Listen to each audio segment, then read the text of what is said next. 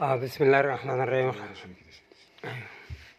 أعوذ بالله من الشيطان الرجيم. بسم الله الرحمن الرحيم. أهل المرايد في كل مكان، سواء كان خرطوم، في قدارف، سواء كان مدني، سواء كان كل مكان، سواء كان جنينة.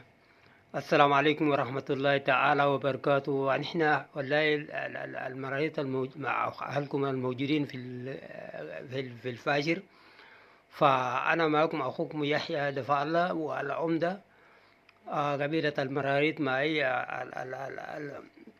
الوكيل العمدة يعني محمود عمر إبراهيم. وقلنا ونحن يعني بحقيقة الوجودنا في الفاشر ده يعني تعبنا كتير ومعاه، ونحن يعني ما بنكركم في حقنا، لكن يعني احنا أهلنا والله في بعض منهم تعبانين بالنسبة كان قالوا لك أكلنا أمباس صحيح، قالوا قاعدين ناكل الأمباس.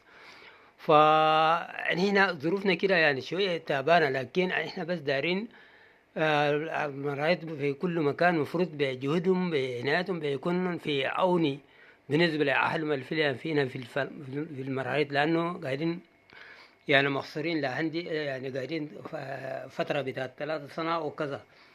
وبجهودكم انتوا بأي طريقة إذا كان صح